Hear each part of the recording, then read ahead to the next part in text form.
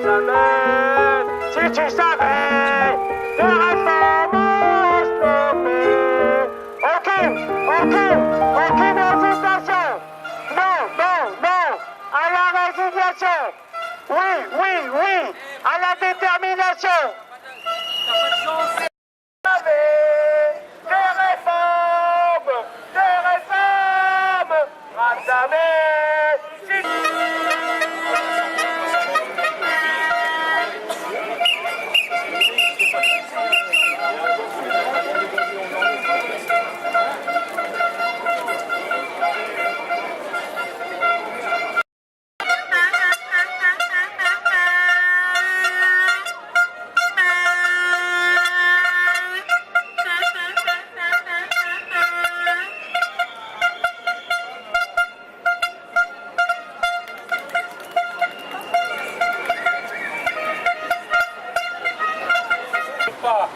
L'acte 2 du plan de refondation, comme Yves Barrou l'a conçu.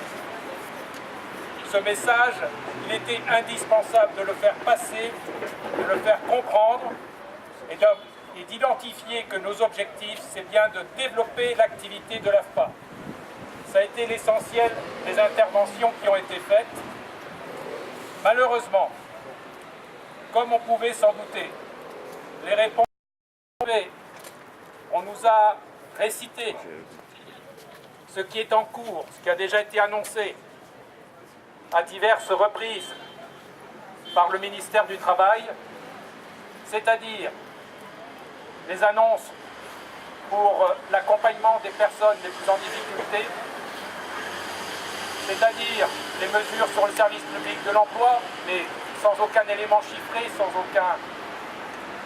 aucune évolution véritablement significative de notre situation, sans qu'on nous dise non plus quels seront les moyens. Concernant l'immobilier, la question de l'évolution du statut de l'AFPA est fortement associée à cette question. Ça veut dire en clair que la question de l'EPIC est une question d'actualité. On ne sait pas ce que ça emporte parce qu'on nous a fait comprendre que derrière il y avait des choses qu'il fallait regarder, ainsi de suite, étudier. En tout cas, aujourd'hui, on sait qu'on n'en est pas plus avancé qu'il y a 15 jours, 3 semaines, 2 mois. Les choses avancent petit à petit, mais il n'y a pas d'avenir qui se construit dans ce qui nous a été annoncé. Donc la question, elle va se poser très simplement, c'est comment fait-on? Est-ce qu'on continue à accompagner Barrou dans l'entreprise que Keyla n'a pas pu mener, c'est-à-dire la casse de l'AFPA, ou bien est-ce que nous, salariés de l'AFPA, nous sommes en capacité de passer de l'indignation à la révolte, c'est-à-dire de mettre le feu là où il le faut pour qu'on se fasse entendre. Aujourd'hui, il n'y a pas d'issue positive pour l'AFPA sans qu'on développe son activité. Le message, on l'a transmis. Maintenant, il faudra que le gouvernement, au-delà des intentions, concrétise dans les effets directs pour l'AFPA à court terme dans son activité. Voilà ce qu'on peut vous dire aujourd'hui.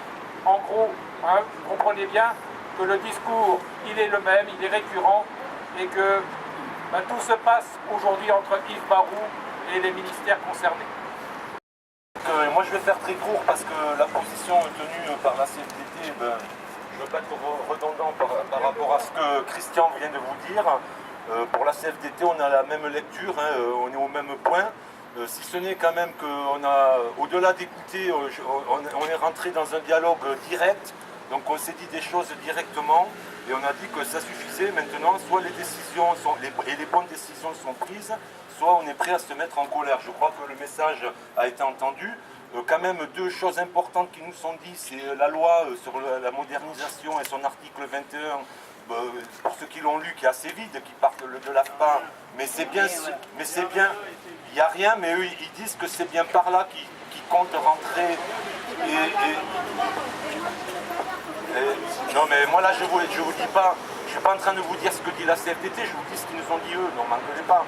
On leur a dit ce que vous dites, mais nous on est vigilants, donc c'est l'entrée, c'est l'article 21, Et puis après, pour le reste, comme disait Christian, maintenant, notre destin nous appartient, quoi. Donc, qu'est-ce qu'on est capable de faire et de mettre en œuvre? En tout cas, sachez que la CFDT et les copains, bon là, on est un peu reparti dans les trains, on est bien tous dans un discours unitaire, c'est que le sauvetage de l'AFPA, c'est maintenant, et c'est par nos moyens, c'est nous et personne d'autre. Hein. Voilà, donc sans vouloir être pessimiste, et en tout cas une belle journée, et on était nombreux quand même à la manif, parce que je pense qu'on était dans les 700-800, et puis d'après la direction, tous les comptages ne sont pas faits, mais ils n'avaient pas tous les chiffres, mais les premiers chiffres qui sont donnés seraient autour de 30% sans avoir toutes les remontées des régions. Donc dans le contexte actuel, au moins 30% de grévistes, je pense quand même qu'on peut continuer à se battre et qu'on est encore debout quand même. Voilà. Bravo. Belle journée.